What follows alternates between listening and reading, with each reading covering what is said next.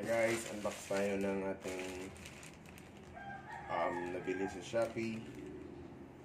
At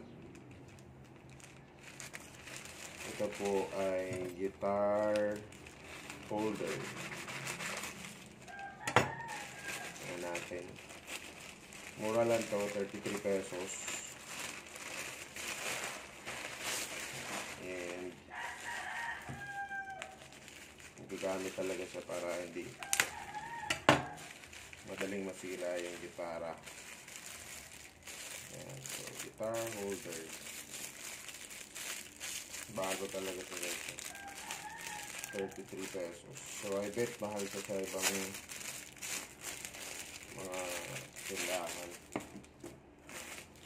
So isi-screw mo siya sa wall, tapos ganyan siya. Ayan. So nakaganyan din siya, so pwede siyang sabitan ng kahit anong bagay. So hindi lang gitara, kasi nagaganyan siya. Pero pag gitara, pwede mo siyang i-ganon. Ayan. Dito yung leeg ng gitara. Tapos may foam din yung ano niya, para hindi magagasgas yung gitara. Tapos may dalawang screw at saka tops. So magbubutas ka talaga sa wall para dito sa dalawang ano. So maganda siya.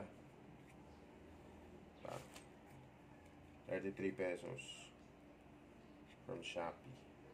Napakadaming mabibili sa Shopee na mga anik-anik na gamit sa bahay. Pwede mo naman siyang gawin, pero matatagalan ka. Kukuha ka pa ng kahoy, ganyan, pintura pa and all that. So ito, for 33 pesos, meron ka ng sabitan ng gitara. Easy. Check nyo rin guys. Makakamura tayo sa Shopee. So free shipping tayo lagi. And doon na tayo kumukuha sa mga matataas ang rating, at saka marami na yung sales. Kung wala pa rin dun sa dalawa, ginagawa ko, tawag dito, may ano din siya, sukatan din. Halimbawa, hindi mo matansya kung saan ka magbubutas sa wall, didikit mo lang tong sticker.